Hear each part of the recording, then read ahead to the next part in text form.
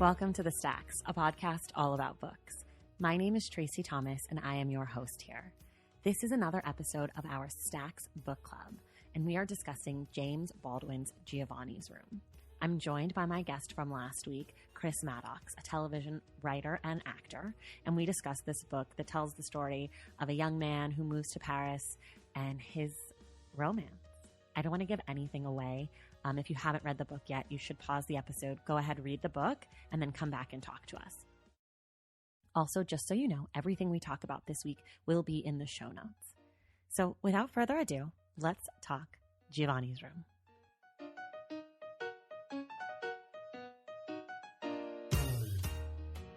All right, you guys, we are back at the Stacks. I have my guest, Chris Maddox, here.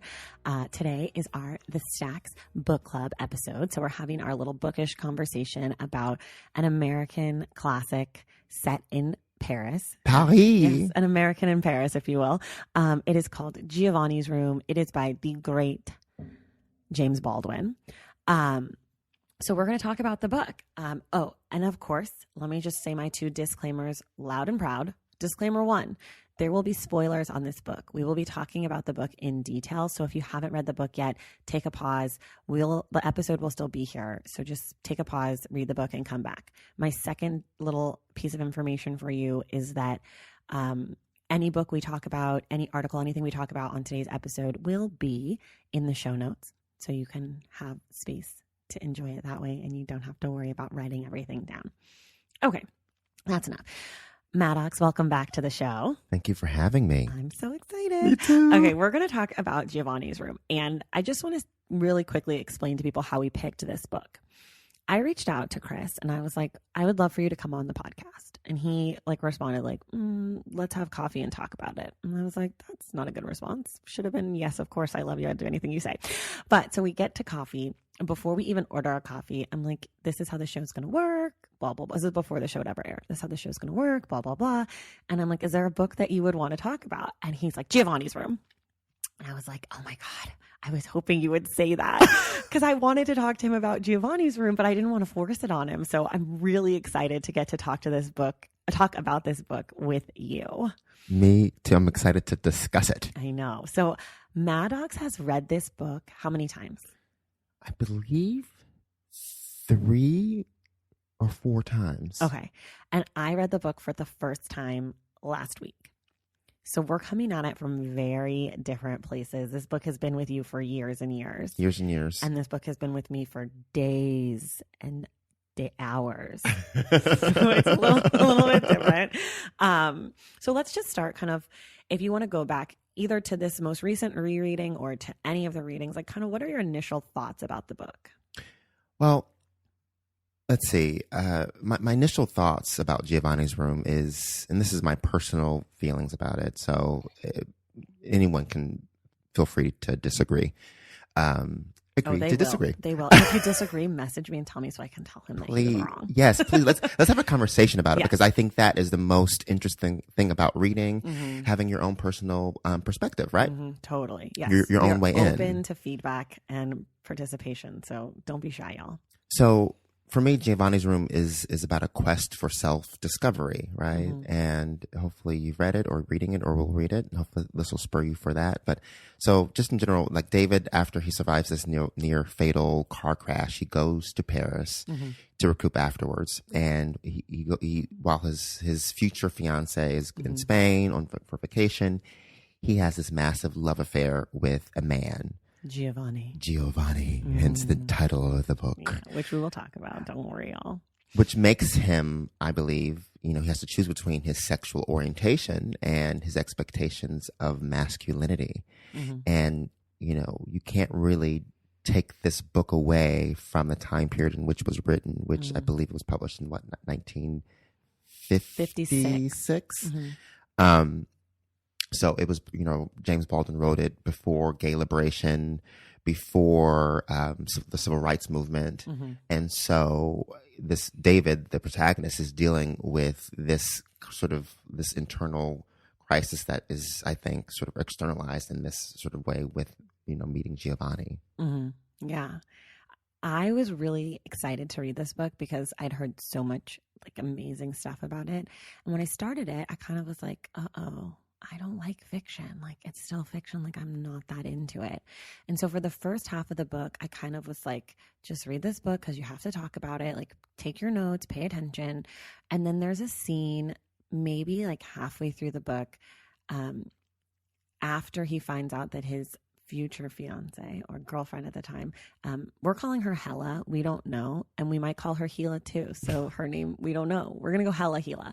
Anyways, where Hella's coming back and he is kind of like freaking out after he's had this love affair with Giovanni. And he goes and he like finds someone else to have sex with. And he has this like fling, like he uses this woman Sue for sex. And it was not until that part of the book that I was like into it. Mm-hmm. Like leading up to that, I kind of was like, okay, like, okay, whatever. Like I wasn't super, I didn't kind of really get it. I kind of just was like, oh, okay, this is like a 1950s piece of fiction, like whatever. And then after that point, I was hooked. I was like, Sue, girl, you a mess in your jeans, Sue. Your tight jeans. Like Baldwin describes this woman, and you're just like, I know you. I know you. Sue, I've seen you. I've partied with this girl, Sue. Like. Yeah. She's like Sue. Oh. And she's so welcoming and vulnerable. And well, I thank you. That's a great scene, I think, to start talking about, because for me, that from the POV of David, I think it's sort of like a self-flagellation. Mm-hmm. You know, he's trying to punish himself in a way from having this torrid love affair with Giovanni. And so in order to sort of make himself ready to see his fiance Hila, that her coming back to France is imminent. He needs to sort of see if he can keep it up. Right. You know, keep it going. Right. Can I jump back on a woman? And he does with this wonderful Sue. And then right after this complicated love, sex, passion thing that happens, the next chapter opens up with David contemplating death. Mm-hmm. Jumping into the Seine, and I was like, wow, that's an interesting coupling of, am I gay? Am I straight? Let's test the waters with Sue, and then afterwards, death. Right. Yeah, because he's just like totally messed up at this point. Like he doesn't know where he is or who he is, and I think that's one of the themes that comes up throughout the book so much. And I think a lot of the characters deal with it, which is identity. Like, who am I? What turns me on? Not just sexually, but like what makes me tick? What is my jam? And I think he had some kind of a reckoning with Sue. I do think that scene, as minor as it is, it's also super pivotal. Yes. Like I think it really is that like linchpin from the beginning of the book into the end. And I loved Sue. I was super into Sue. I don't know. She was so sweet. And then he and you knew it was going to happen. Like she was like, oh, like, should we get dinner? And he's like, oh no, sorry, I have plans. Like, David, my guy, like take her to dinner. Like, what is wrong with you? But David's like so selfish and like not selfish, but self-absorbed in those moments. Like he's so in his own stuff. And I think also Sue is self-aware too, and she's aware of the situation, right? Because she's like not into it at first. She's not into it, and then when he leaves, she calls him on his shit, like, oh well, I wish we had the book over there, but to quote her, is she a victim? Is she or isn't she a victim? Is David a victim? Is he a victim? I don't really know, but the way Baldwin colors her, it makes it seem as if she's not going to leave here and be, she's not going to be, I don't know how to say it, but he didn't destroy her when he left. Right. This isn't her whole life. Yeah. She's got other Sue shit going on. There's a whole book called Sue's Room. Right? I would watch it too. It's the fanfic. That's something you could write. You could write Sue's Room. Because she really has one scene. And she's great in it. And she's great. I love it. So the other thing that I think for me that I really connected to in this book, or that I was not connected to, that I was interested in, that I was fascinated by, was that James Baldwin is one of the most, applauded, renowned Black American writers that we've got going. It's like him, Ta-Nehisi Coates, like Richard Wright, Wright. You think of these Black American writers, and Ta-Nehisi Coates writes only nonfiction, and Baldwin kind of did both and wrote fiction. So, anyways, but these men, it's interesting that there aren't really women. I guess Toni Morrison fits in that list, Octavia Butler, but these, prolific American, Maya Angelou, and he fits in that. And the thing that is so fascinating is that for the other folks, they write about Black people. And this book, there's not a Black person in it. I mean, maybe if you were casting it, you could make Jacques Black or Guillaume or something. But, there's a choice that Baldwin has made to make David a white boy. Yes. Blonde. White. Well, I'm going to stop you there because, yes, 100%.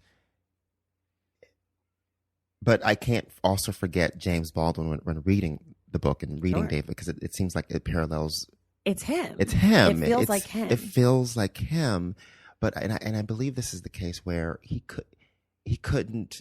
had trouble. He wanted to branch out in his writing, and he couldn't do what he wanted to do by writing about a Black character in this kind of within the themes of this book, and so he just put a white person's face. Right.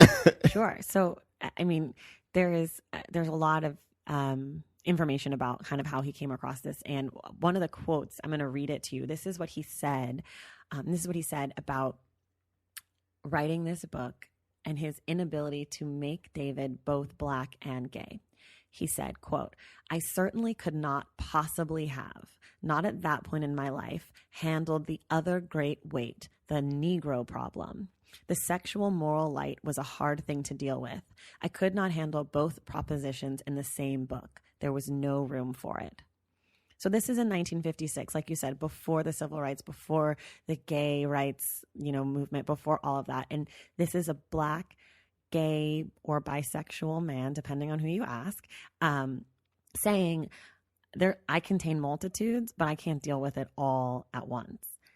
And so he was like, just gonna slap this white face right on my experience and on my feelings. And it's interesting because our other great Black American writers almost exclusively write about the Black experience.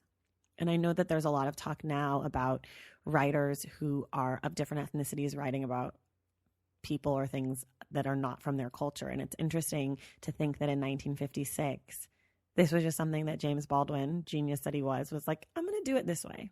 Well, in a way, it makes sense because it's, given that it's Baldwin's journey as well as David's, he was dealing with his own issues with being gay, bisexual, and being a Black man. He couldn't compartmentalize it into one. He had to separate them. And so I think that's a struggle with a lot of Black gay men in the Black community, is that it's hard to be both. To be both things. Because it's, two strikes against you in a way. So sometimes you have to choose which battles you're gonna fight, and so Baldwin, he's like, I can definitely fight this battle. I can write the hell out of this book with David at the helm, rather than someone who looks like me. Sure, and I wonder if the book would have been received in the same way if it had been a Black character. No. I agree. I don't think so. I think in 1956, certainly not. I think today, maybe not even. I think people come with so much prejudice in their life, myself included, that, when you're confronted with something other, it might be too much to take in. Two othernesses, right? Instead of just the one, which, doesn't say great things about humans, but it doesn't make it any less true. Right. And I do think something that I know to be true about Baldwin is that when he left America and went to France, he said that was the first time he could really see what was going on in America. And he could look back and he could understand, his life and his upbringing and the context of his life up until that point. And I think that one of the things that obviously is very important in the Black community is this idea of passing, right? Passing for, like, if you're lighter skin, passing for white. Like, that was a whole thing. You wanted, you know, grandmothers would say, you know, don't let her marry that dark skinned guy. You know, we want her to lighten up, lighten up, lighten up. But there is also a passing in the gay community.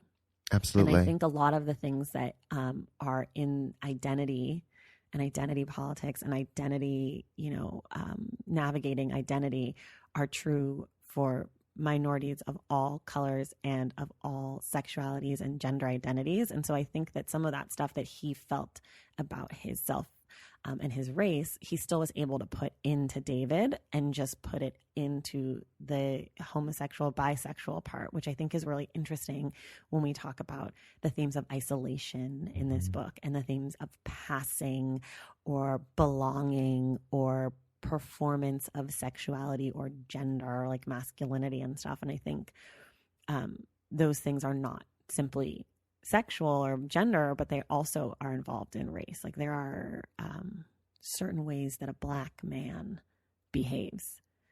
And I think, you know, he's playing with that as he's putting this white face on his experience. Mm-hmm. And I think, like, that really resonated with me as I was reading it. I kept imagining his face and being like, wait, I have to imagine a white guy. Like, okay, stock image, blonde white guy. Here we go. I don't know. Did you struggle with kind of remembering that David was a white boy, knowing who the author is? Yes, I probably because I hear Baldwin all over the place. If you watch, if you're able to Google any of his speeches when he was in the UK or in television in the US, he has a certain cadence. Even in the quote that you said, he was so intelligent. So I think Baldwin is all over this book. But I think if he were a Black man, I would question, well, is he feeling like he's not accepted because he's a Black man, or if he's a gay man? But him being a blonde young adult, he essentially should be accepted by everybody. The world is at his fingertips. Exactly. Yeah. So his struggle can be his own struggle rather than the struggle of his race. Right. And less projecting other things. That's such a good point. Yeah. And I know that his publisher, he originally had a different publisher. It was like, I don't know how to say it, NOPF. KNOPF or whatever. Yeah. So they were originally his publisher in for New York. First book. Right. Yeah. And they were like, you know what? You're alienating your audience. This is like not going to happen. And he was like, no. Like, I'm writing this book the way that I'm writing it. And he ended up changing publishers because he was like, I can't tell this story any other way. And if you don't want to publish it, like, I'll just go do it elsewhere. Yeah. And I think that's one of the reasons why he decided to move to Europe, to France, because the ideals of freedom in Europe that he couldn't experience in the United States, because he couldn't write what he wanted to write, and he wouldn't be published as much as he wanted to publish. So he was able to find footing and acceptance in Paris, which also echoes exactly what David was trying to do. David fleeing his town, his family in the United States, he was seeking not only self-identity but freedom inside the confines of Paris. Does he find it? No, he gets trapped inside Giovanni's room because your problems, girl, they don't leave you. Right. They follow you wherever you go. You're going to have to deal with them real quick. Doesn't matter how far. Doesn't matter the language. No, that's so true. And the other thing about, what we're talking about is like the expat experience, right? Like running away. There's a line in his father's letter to him where he said, I can't remember the exact words, but he says something along the lines of like, you're missing your life. Like, you're missing life as you're gone. And I thought that was so interesting because your life is your life wherever you are. So like, sure, you're missing what's going on back in the States, but like, it's nowadays, I feel like people encourage their kids, like, go abroad for a year and like experience life. But at this time, it was like, you're missing life, my G. Like, you need to be here with your family and your kids and like are having kids and being married and doing the things that are expected of a man in 1956. And now I feel like that's really changed. Yeah. Like people are applauded for going away and living on their own or traveling and seeing the world. So that's kind of it's a very post World War II American thing. Yes. Right. That like life is here and like we're doing it and we're post GI Bill, just like good old whiteness, you know? Like, I don't know. I just thought that was super interesting. And obviously Baldwin must have felt a little bit of that. I know in the end, he ended up coming back because of the civil rights movement, because he didn't want to miss that pivotal part of life. Right. He didn't want to be the guy who was, you know, seeing it on the news. He wanted to be there and be part of the struggle. But that was a struggle for him to come back. Yeah, it was. And he did for moments, but it always landed back in France. But you bring up a really great point about the relationship with David and his father, which I'm sure also echoes Baldwin's relationship with his stepfather, who he called father. But David says in the book that he wanted a relationship, a father-son relationship with him, rather than a father-friend relationship. And it's sort of, I think there's a connection there between expectations of masculinity and potentially even his gayness, if that is even a thing. And he, you know, your father, I think, is you follow in his footsteps. For the most part, he sometimes can be your mirror, and I think David didn't have that. What he did have was replaced with the nightmares of his mother, which he, you know, had over many years. He says, and I think that he, you know, he struggled with his relationship with his father and his expectations of who he wanted to be and all of that, and I think that is also a struggle that a gay man has. It's like, you want to have a relationship with your father, but you're gay, and how can you sort of mend that relationship in a sort of meaningful kind of a way? Sure. And so maybe it's easier to leave to find yourself in a place where your father isn't. Right. Outside of the footsteps. Yeah, that makes a lot of sense. So David is our narrator in this book. And we follow him, and he's our protagonist, and he's our narrator, and he kind of is setting the scene. Do you trust David? Like, did you have any questions? Is this a reliable narrator at all? I think he is a reliable narrator. I think it's important to understand where he is in his life. He's reliable. Is he bad? Is he good? I think that's up for interpretation. Sure. But I think he is reliable given his circumstances. And I think he's very clear about where he is and where he's come from. I think he's very honest, even though he's not really cognizant of his own feelings at that moment. I think he's very honest with where he is. Sure. And I think all of it, every single page, is an interpretation of or a development of that struggle of self-identity, of masculinity. And I think Giovanni is a figment of that. Sure. You know, I think things in my life come to me because there's something that I'm trying to work through. Sure. Even he almost manifests Giovanni into his world. Well, I mean, he's out with Jacques, who's like, he needs money. So he goes to this like rich, older gay man, and they go have dinner, and they go to this like gay bar. And, you know, he's putting himself in a situation to be exposed to it. It's not like, right. He's not going to an older woman sugar mommy.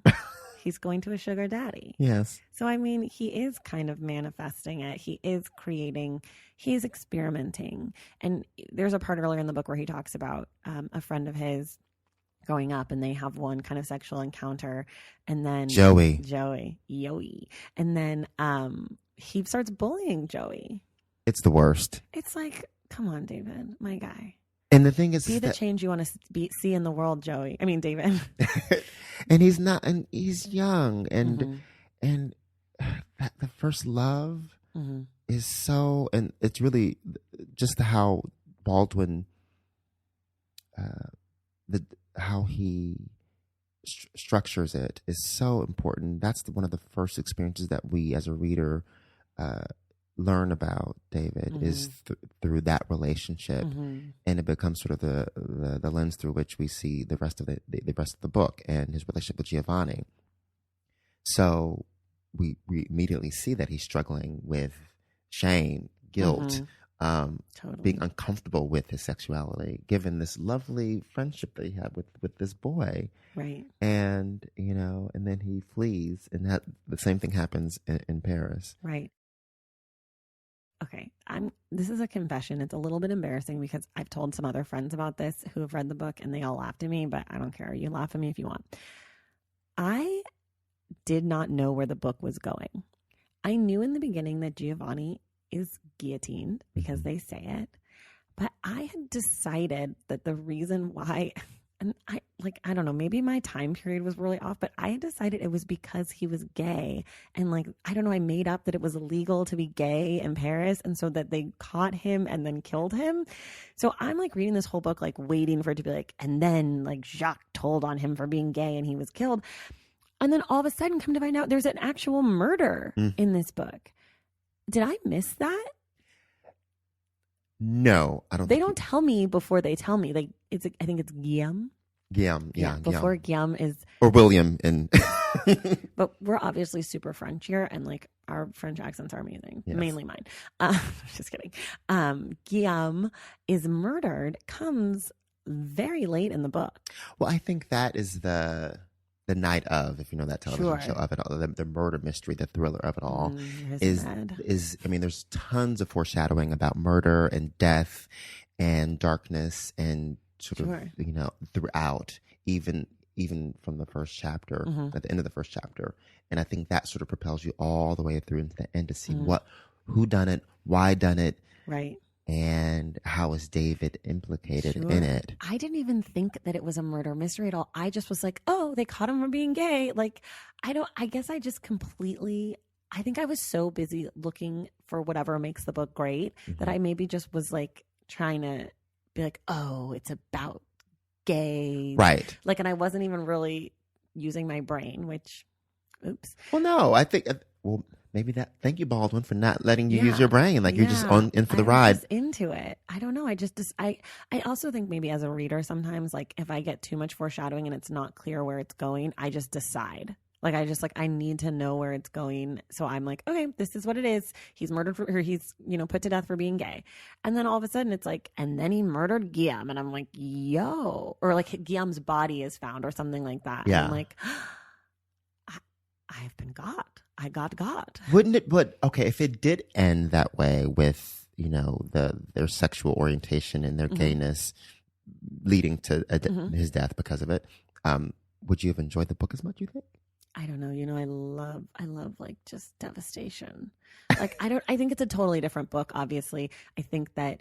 Then Giovanni becomes a super sympathetic character and you feel terrible for him that David left him to be with Hella and he ends up getting ratted out and gets, he becomes a martyr as opposed to in this, he becomes, I don't know. Why does he do it? Because he's been embarrassed by Guillaume earlier in the book or because he's so upset over David leaving him or whatever it is, but it's, there's some personal responsibility, one of my least favorite phrases in the current political climate, but there is some of that comes with Giovanni versus if it's because he's put to death for who he is, then he becomes so sympathetic. He becomes a martyr. He becomes, in today's world, he would become a hashtag, right? It would be hashtag Giovanni's room. You know what I mean? And now save Giovanni. Yes.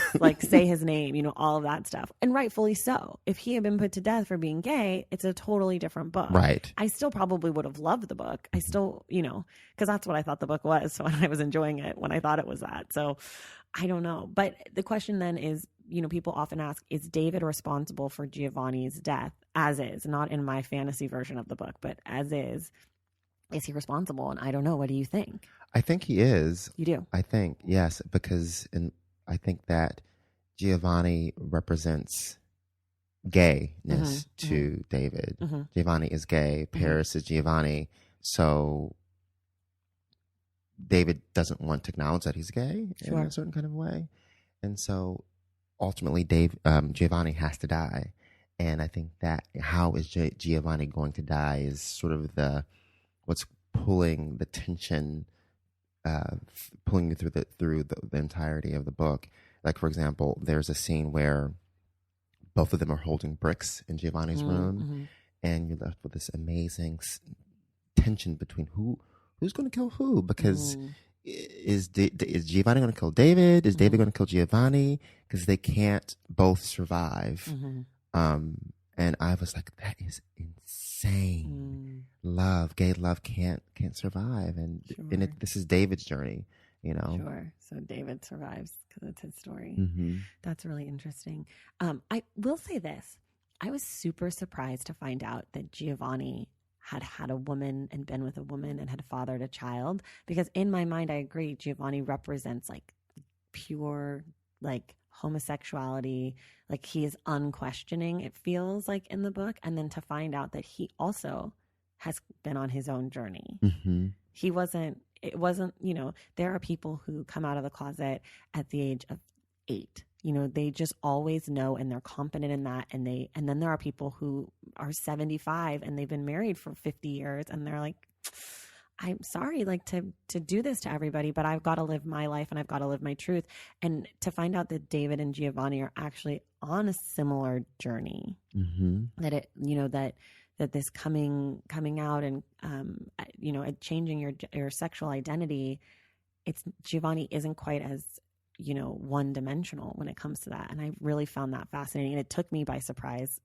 Also, as Giovanni surprised me in a lot of ways, I think. Yeah, he's a complex person. Yeah, David made sense. David felt very clear what was going on. And Giovanni, there was so much like uncovering with Giovanni, which I think is what makes, you know, the book called Giovanni's Room and not David's David's Delight. Yeah. Right. So I don't know. But were you at all shocked to find out that Giovanni had a wife and a baby? And well, I think it's great to see that backstory for a person, you know, for a kind of a co-lead in a way.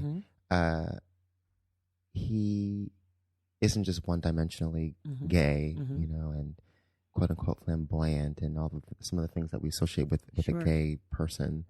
And he has something that he's fleeing, and which makes the reason why he wants to hold on to this room and this love.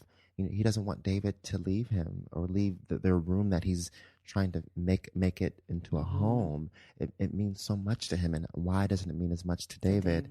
And that scene when that scene where they're talking, I think it's the same chapter. I think in TV world, but we know the chapter where those two bricks happen. They're holding it, and Giovanni is sort of talking about his thoughts on women, which is another huge theme in the book. His perception of women and how he almost a disgust comes through his mouth and then his chosen words. And I think his disgust towards women is the same disgust that David has towards his gayness. Sure. And throughout the book, and what do you think about this? There's so much use of opposites, light and dark, straight, gay. There's so many opposites that are used throughout those sort of opposite symbols that are used throughout the book. What do you think? Is anything come to mind for you? No, not really. I mean, I think that's kind of like what makes Baldwin's work so exciting and interesting, is that he's not playing so much in the in-between, and he's letting you do the work in between, and he's showing you both sides and saying kind of like, pick a side or don't pick a side, but you know, these are your options. You know, this is what it is, and this is what you're dealing with. Where do you fall? Kind of like he lets you paint your own gray zones by giving you the extremes. Is kind of what I would say. And I think that it's true. Like Giovanni does kind of represent the light in this book, because I think that has the hopefulness, whereas David has so much of the doubt and like the darkness, which is then flipped on its head because Giovanni turns out to be a murderer, right? Like, and so you don't think of like the hopeful murderer, right? Or whatever. And I think like the complexity of both Giovanni and David on both of their journeys speaks to the power of this book. I've spoken with many gay men about this book, actually, because I think it has become a quintessential text for many gay men that I personally know. I obviously can't speak for every gay man in the world, but those that I've spoken to about this book, those my friends who are readers who are also gay, that's what I should say. And different generations, people in their 50s, people, in their 20s, have all talked about how this book was really pivotal. And one of the things that they said was that, it presents homosexuality and bisexuality in men in an artful way, in a thoughtful way, in a complex way, in the same way that love stories are presented between heterosexual relationships, and also that this book was written by someone who is an acclaimed author, an acclaimed writer, a serious writer. And I think we talk a lot about representation mattering, but also not just seeing yourself, but also seeing your story being important enough to be written about and talked about by serious people. And I use quotes on serious because, who's to say who isn't serious. But I don't know if that had any effect on you when you were reading this book and feeling like maybe more validated or not, knowing who the author was. Absolutely. If it were just quote unquote a gay book, I don't think that I would have necessarily picked it up. If it were just a African American author, either I would sort of I know that I get that story, I know those stories, but somehow sort of the combination of both definitely has held its resonance for me. And it just in thinking about David and who he is, and I would love your thoughts on this. As a young 20-something white male, it sort of makes me think today, in today's world, we have all these young white men who are struggling with, their manness and their, masculinity, how to express their feelings. And, that coupled with the mass shootings that are happening that are, these young white men mostly, right? All of them, I think. And I think it's so like David, for not always making the right choices in his relationships, in his love life. He's trying to express his feelings. Sure. And I think that young boys today are trying to figure out how to do that. And I think that, as this book continues to make its way through the world and in time, I think that's kind of the lens that we can read it through today. Sure, I hope so. I certainly hope so. I think anything that we can read through a lens of James Baldwin is probably better for us than wherever we are right now. I agree. I think you just put that so well. I don't have anything to add. I mean, it's a question, but I think, yeah. I do have my most favorite question. Oh, what? Okay. Who are you casting in the film or television show of this book? Yes, I love that question. Love this. That's my fave. Okay. And this may seem a little, current on the nose, but au courant. But Timothée Chalamet as David would make my world. As David. As David. Not as Giovanni. No. Oh, but we're going to have to dye his hair. Oh, that's true. I guess he could play. Listen, if he wanted either one. I feel like, look, I see him. I could definitely see him as either, but in my mind, I think he's a Giovanni. Wow. I don't know. You're right. I think he would, play the hell out of this role. Like he would, Giovanni, absolutely. But I don't screwed up. Who do you think could be David? I don't know who could be David. I don't know. Maybe like one of those, Well, you need a good actor. I won't say who I was going to say because I did not set them up good.